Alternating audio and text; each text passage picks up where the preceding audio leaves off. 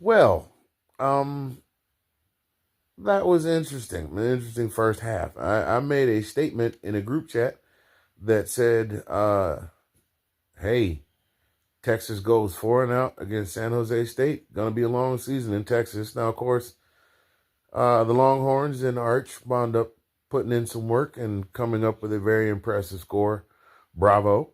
Um, Bravo. I foresee him moving back towards the top of the Heisman favorite odds. Meanwhile, in Athens against Austin Peay, Georgia can't push the ball 12 freaking inches into the end zone. Let Austin Peay execute an amazing goal line stand. Three drop passes, one of which was almost picked off.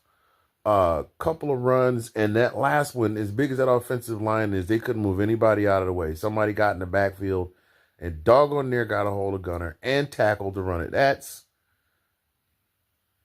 unacceptable.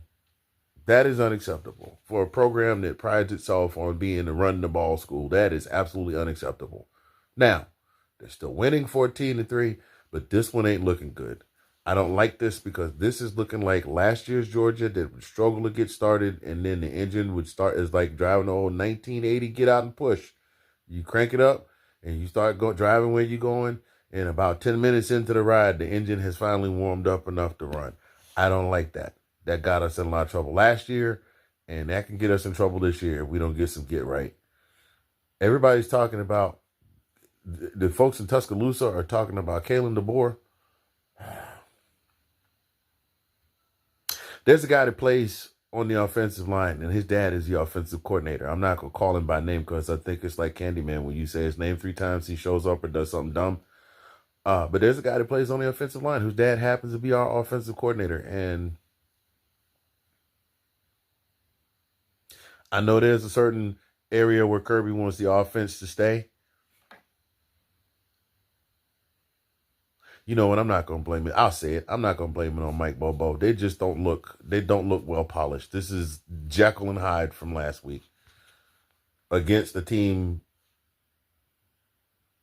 Yeah, I won't. I don't want to dog them and say a step down from Marshall, but a step down in size, competition, and resources from Marshall, and we have 14 points. Hmm. Well, halftime is coming up soon. We'll see what happens. Y'all be good. Go Dogs.